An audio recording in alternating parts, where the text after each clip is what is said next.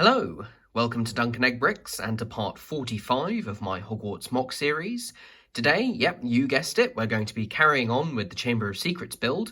In fact, this is going to be the third of what at the moment is just 3 parts in this series, where we're going to be building the actual chamber, which is going to sit just here. So let's get on and build that. I've gone ahead and started adding some of the bricks to the bottommost plates. In this case, we're going to be using 2 16x16 plates and a 2x16 plate. This is exactly the same length and width as the long gallery, which this is going to be sitting right below. So yeah, I've started putting some bricks on, but I thought I would show you the next bit that I'm going to do. So by buying the Chamber of Secrets set, as well as a couple of the other 20th anniversary sets, I got a whole bunch of these arch pieces. You get a lot of these in light bluish grey and also quite a lot of them in tan as well. And I've been trying to figure out something I can use them for. Now, most of my castle is tan and, shades thereof, but the Chamber of Secrets and a couple of other parts in the dungeons particularly are done in light bluish grey. So I figured, why not try and use these in the Chamber of Secrets? Actually, they're going to form quite a large part of the structure, so I'm going to go ahead and put them on now.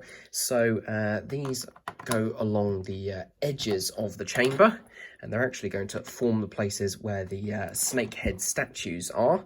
So they're going to be there, and then I am going to fill the gaps in. I originally designed it with the arches facing the other way, so the kind of backs with this design were facing outwards, but actually I think I'm going to turn them round because this looks better on the outside with everything else that's going on, and I think this design looks a little bit more interesting perhaps in the chamber.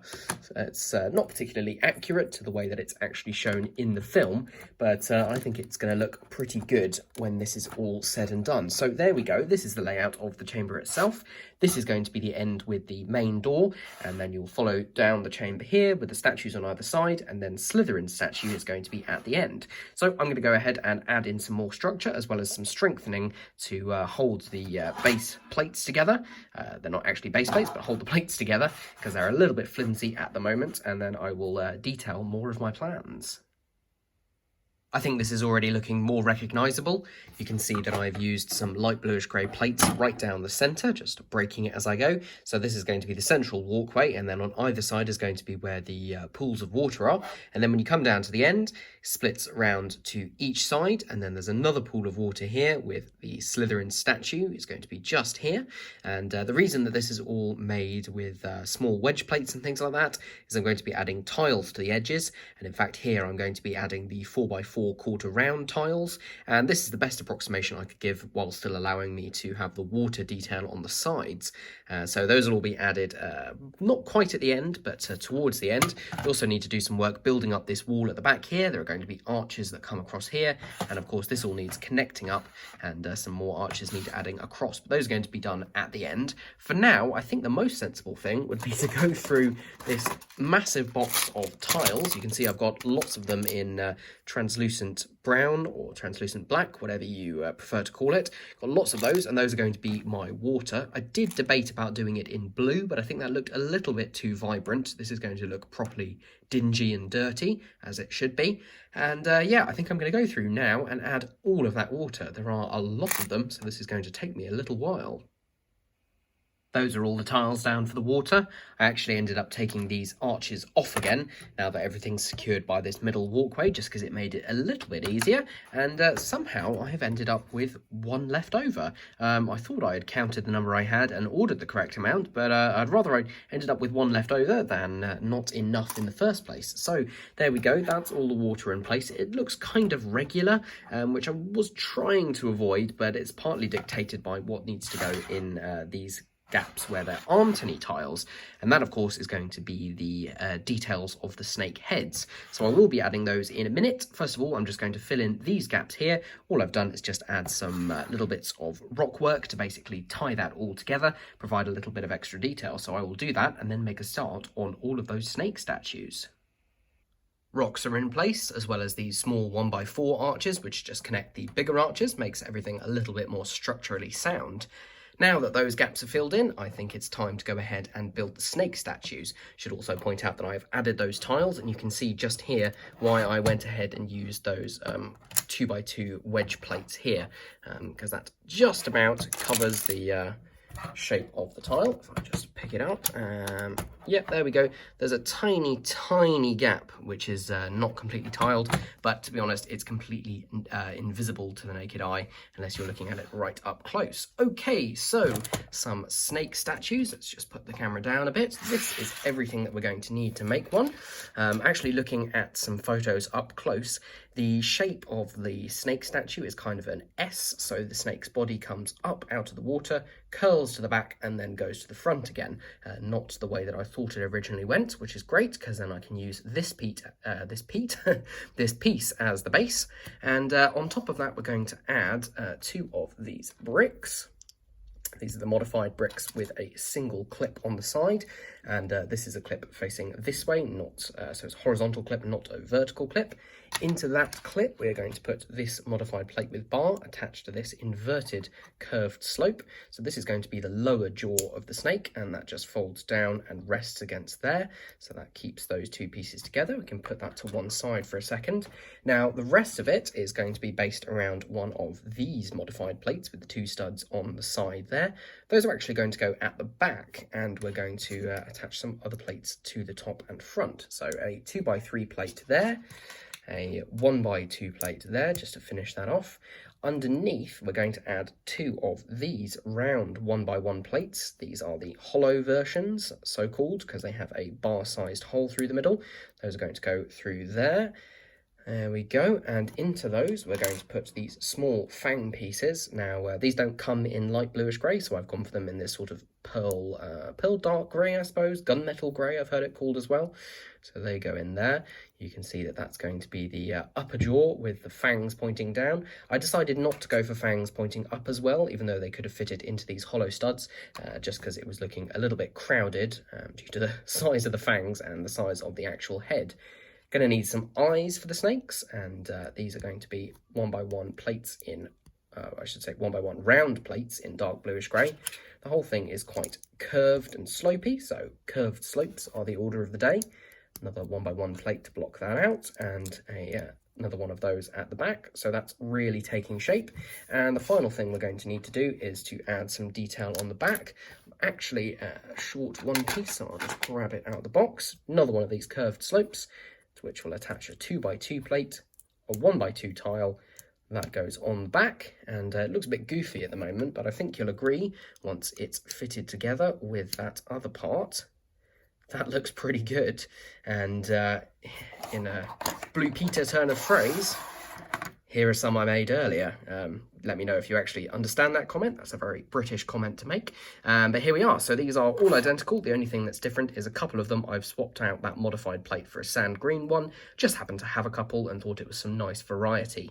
So there we go. Those are our 6 snake heads. So I think we should go ahead and pop them into the chamber. So all being well, this will fit perfectly. I've left it so there's a 1 plate height gap there, so this will fit directly onto the base plate, and that will fit perfectly there. So yeah, that fits right on top of there, keeps it nice and secure. What should we go for next? Let's go for one with a bit of green in the middle there, and then another plain grey one back there. And where should we put our other green one? I am thinking we will put it nearer to the door. So there's that. Careful not to break it as we go. Spin it round, actually. And yeah, final or penultimate one, I should say. Just being careful not to break them, he says as he breaks it. Good thing is that you can just pop the top part off, fix those teeth to make sure they're straight again, and then put the top section back on. Might be more sensible if I put the bottom sections in first, but hey ho. Right, there we go. Just make sure that's fixed in, and there we go. That looks pretty good, I have to say. So just tilt that up. So this is actually the view. Let's look down the chamber from Harry's perspective when he first enters. Yeah, I'm pretty happy with that. If I just put in a minifig, just got Ginny here. Obviously, these are rather undersized. They're meant to be sort of this tall, but considering that's all the space I've got to play with, I'm pretty happy, and there is still space for minifigs in there. It still is properly compatible. Right, there we go. So that's the kind of main drag of the chamber finished, apart from the arches, which are going to go at either end. So let's turn our focus, if I don't drop the whole thing, to the other end and the statue of Salazar Slytherin. If you follow me on Instagram, you will have already seen this statue. I posted a few photos. In fact, I think I featured it in one of my previous Hogwarts updates. So yeah, this is my version of the statue that came in the Hogwarts Chamber of Secrets set, which was really good. I really liked it. It had that kind of Lego-ish design, looking like a minifigure. But for my purposes, I wanted to make some changes. Now, my main problem was originally how the top of the head was constructed. It used some larger sort of eighth of a sphere pieces, as I like to call them. In fact, let me see if I can grab one of them now and just show you what I mean. Here we are. So yeah, one of these pieces. So these were originally the top of the head, and they do look great. You know, the statue shows someone with a very large bald head, so these were great. But the height of the entire thing meant that it was going to be too tall to fit, whilst at the same time allowing me to have the water underneath, which was really important. So I went through a few designs, seeing if I could alter the bottom section to make it a little bit shorter, and eventually I came to the conclusion that wouldn't work, and actually this was the best choice for me. So what I've actually gone and done, if you didn't know, is I've taken these stickers, which were originally on 2x3 curved slopes, taken them off using Robin Hood Brick's patented hot tea technique. Yeah, I really do need to get in touch with him and get that stamp, which it's a really good technique, really works. If you haven't heard of it or seen it before, go check his channel out. So that just enabled me to peel the stickers off, and then I did some cutting. You can see it doesn't quite work because I had to cut some of the details off, but it doesn't look too bad, so that they would fit on 2x2 curved slopes, which enabled me to make the entire thing narrower, and instead of these bricks at the top, I have used these ones, which are the 3x3 curved bricks, and I've gone ahead and used one of these sort of half cylinder pieces that just looks like that, with a couple of quarter round tiles on the top. So that's kind of acting as the stud on top of a Lego minifigure head. I know the proportions aren't 100% right, but I'm pretty happy with it overall. And yeah, I kept the rest of the detailing pretty similar, added in some sand green where I can. This is obviously the open mouth. That is not meant to be his mouth in the middle there. That is actually functional, and I will show you how that works in a second. The way he's constructed, or the statue is constructed, I should say, I've actually left this brick here, which sticks one brick out. Don't worry, you won't be able to see this yellow brick, and that's to integrate him into the wall behind. So I'm going to need to go ahead and build the wall up to the right height, then we can pop him in and then fix everything in position, and we'll actually be in a good place to finish the rest of everything else off and have a finished Chamber of Secrets. The back wall of the chamber's up to the right height now, so we can then put this in and that brick will meet up perfectly. So all being well, this will work out. There should still be that one plate, or I should say really one tile gap there. So that will sit partly on and partly inside the water. So let's just make sure that all lines up okay. There we go, press them down, and yeah, that is all fixed in place. So you can see the water is looking a lot better now that I think it's had some more details put in, and around the back that brick sits there perfectly, so this isn't going anywhere. Right, so I think the best thing to do would be to go ahead, finish off the rest of this wall at the end here, and then add in the arches and tile the whole thing across and basically call it done. So yeah, I will go ahead, do that, and then we can take a look at what's, for now anyway, going to be the finished version. And here, at long last, is the finished Chamber of Secrets. Just lift it up and you can take a good look down the main hall of the chamber, all the way down to the statue of Salazar Slytherin at the end. And I am really, really happy with this. You can see I've added in these arches that go all the way from side to side, using these inverted slopes just to bring them in a bit so that they actually reach the full 16 width. There's one here, one here. There are some more arches on either side just here. So this is the orientation it's going to be when it's put into the castle, if you were looking at it from the back, that is. As you might be able to see, there is quite a lot of gap at the back there. My plan is for the section behind to have a basically solid grey wall with a bit of colour variation that goes all the way along here, and then actually when we get to this bit here, there's going to be somewhere where characters can go round the back, like the bit where Harry gets chased by the Basilisk and ends up running through the tunnels around here. So I'm going to have that along there, basically underneath where the greenhouse is. So I'm going to leave that open. So technically, this video's title is not true. This isn't the final part of the Chamber of Secrets, but the rest of it will be built in conjunction with some other stuff. So yeah, this is the Chamber of Secrets as it stands at the moment. I'm really very happy with it. A couple of these need pressing down a little bit more. I've tried to capture as many details as possible while keeping it in my same kind of building style that I've been trying to keep to across the castle. It is a sort of, well, if it was 2 studs shorter, it would be in that kind of 16 by 16 formula that the new 20th anniversary sets have worked out. So I suppose it is technically compatible, but it's definitely not designed to be. Right, I think a couple of things we should do now. First things first, we should connect this to the rest of the Chamber of Secrets parts that I've been building, and then we should go ahead and attach all the buildings on top, just so we can see how everything looks. And I think as well, before we do that, there is something else we need to install in the Chamber of Secrets. What is a Chamber of Secrets without its Basilisk?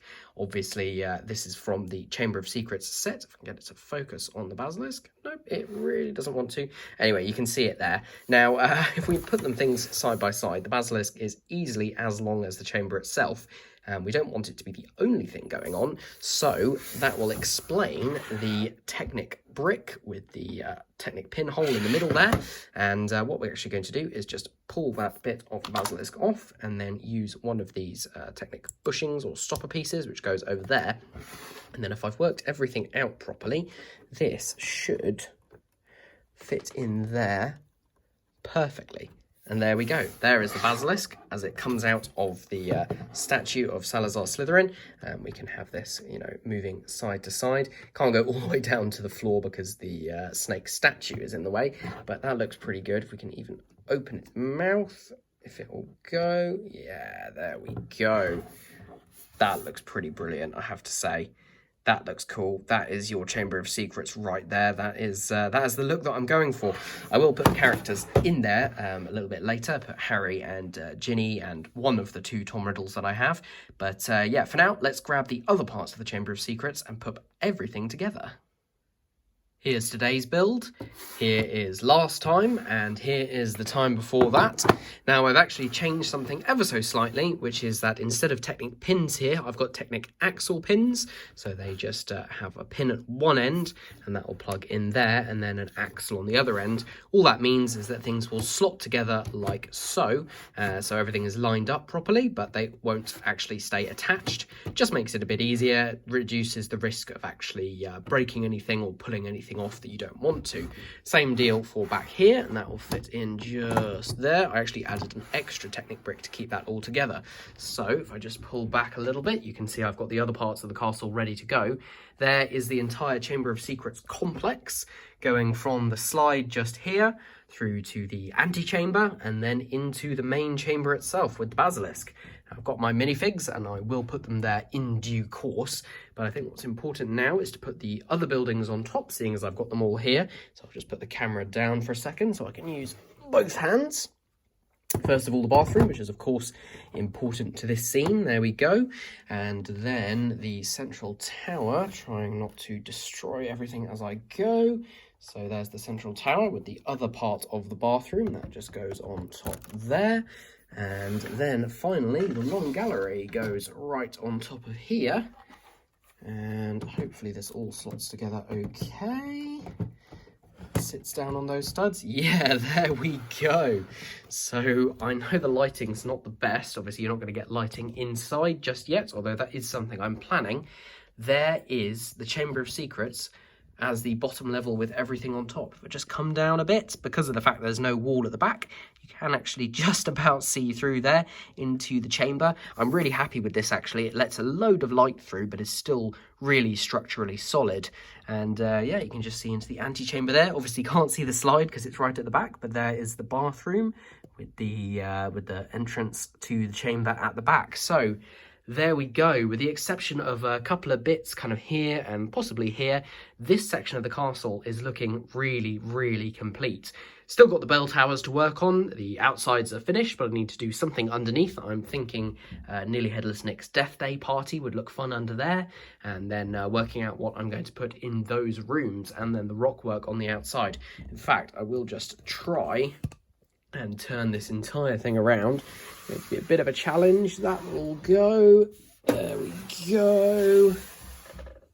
And then bring this round in front. Try not to move the camera around too much.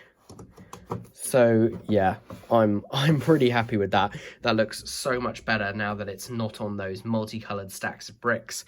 Of course, the next thing to do will be to add more rocks along here so that the greenhouse can sit just there. You can see I've got the beginnings of those tunnels around the back of the Chamber of Secrets. So yeah, time to get on and design those. I think this is starting to look really impressive as you go all the way up to the top and then all the way down to the bottom. So yeah, very, very happy with how this has gone and looking forward to the next bit. I do hope you've enjoyed this little Chamber of Secrets mini-series within the larger Building of Hogwarts series. If you have, then please give the video a like down below, leave a comment and let me know what you think of my Chamber of Secrets and my Hogwarts in total and what I should do with it in the future. And if you really enjoy the channel and want to find ways to support it, there are a couple of links in the description. Please go ahead and click on those. Thank you very much for watching, and until next time, have a good one.